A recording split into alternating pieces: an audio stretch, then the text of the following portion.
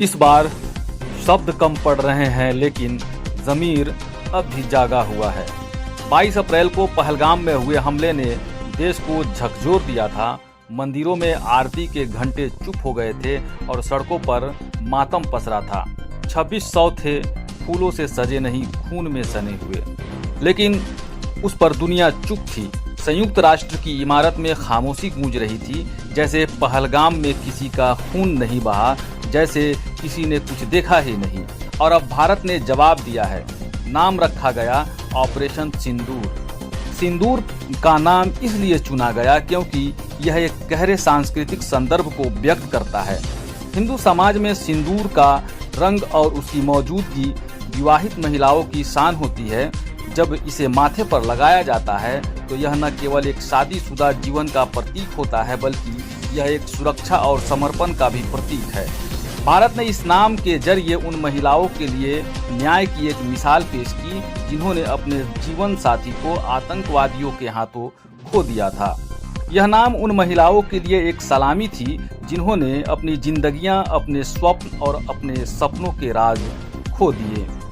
यह नाम एक बयान था जो न केवल भारत के सैन्य साहस को दर्शाता है, बल्कि एक संवेदनशीलता, एक समर्पण और एक संकल्प को भी उजागर करता है कि जिन महिलाओं का सुहाग छिन गया उनके लिए भारत न्याय की राह पर चलेगा। पहलगाम में मरे लोग सिर्फ सैलानी नहीं थे, वो इस देश के नागरिक और भरोसा थे जिसे गोलियों से भून दिया गया। यह एक सैन्य कार्रवाई नहीं बल्कि उस भरोसे की वापसी है जो हर नागरिक अपनी सरकार पर करता है कि जब हमला होगा जवाब भी आएगा। पाकिस्तान ने बयान दिया कि 21 आम नागरिक मारे गए। कौन है ये नागरिक? क्या वही जो आतंकी ठिकानों के बीच रहते हैं? क्या वही जिनके गांवों से घुसपैठिए निकलते हैं?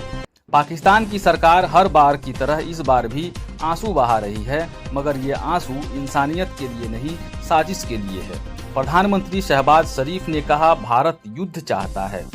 शहबाज साहब, भारत युद्ध नहीं चाहता, भारत आतंकवाद के खिलाफ न्याय चाहता है। आपकी धरती से बार बार खून बहता है और आप हर बार दुहाई देते हैं। क्या यही है आपकी लोकतंत्र की परिभाषा? अब जरा दुनिया की सुनिए। संयुक्त राष्ट्र कहता है संयम बरते। जब हमले में 26 लोग मारे गए तब कौन संयम बरत रहा था?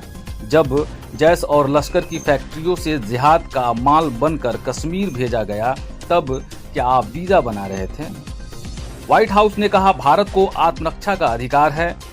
धन्यवाद, आपने संविधान की कोई किताब पढ़ ली, मगर सवाल यह है क्या पाकिस्तान को F-16 और डॉलर अब भी मिलते रहेंगे? चीन को चिंता है सीमा पर शांति की। शायद उन्हें याद दिलाना होगा कि सीमा पर तनाव का जन्मदाता भी वही है। भारत के खिलाफ आतंकियों को अप्रत्यक्ष समर्थन देना और फिर शांति की बात करना, ये कैसा पाखंड है? रूस ने खुलकर भारत का समर्थन किया और फ्रांस ने भी। ये वही देश है जिन्होंने आतंकवाद को समझा है। उन्होंने भारत के जवाब को सटीक कहा है। कूटनीति का नाम लेकर मौन व्रत धारण नहीं किया, बल्कि एक पक्ष चुना, मानवता का पक्ष। कश्मीर आज खामोश है। वहाँ के आम लोग भी इस आतंकवाद से थक चुके थे, मगर उनकी आवाज़ दबा दी गई है आतंकियों की बंदूक से और अफवाहों की मशीन से।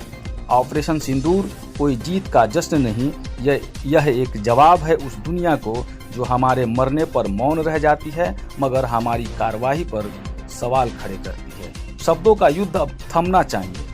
अगर दुनिया वाकई शांति चाहती है तो उसे साफ साफ कहना होगा, पाकिस्तान आतंकवाद का जन्मदाता है और भारत उसका पीड़ित। जब तक आतंक की फैक्ट्रियां बंद नहीं होंगी तब तक ऑपरेशन सिंदूर, ऑपरेशन बालाकोट, ऑपरेशन सर्जिकल ये नाम बदलते रहेंगे, मगर जमीन पर बारूद और खून ही बीचता रहेगा।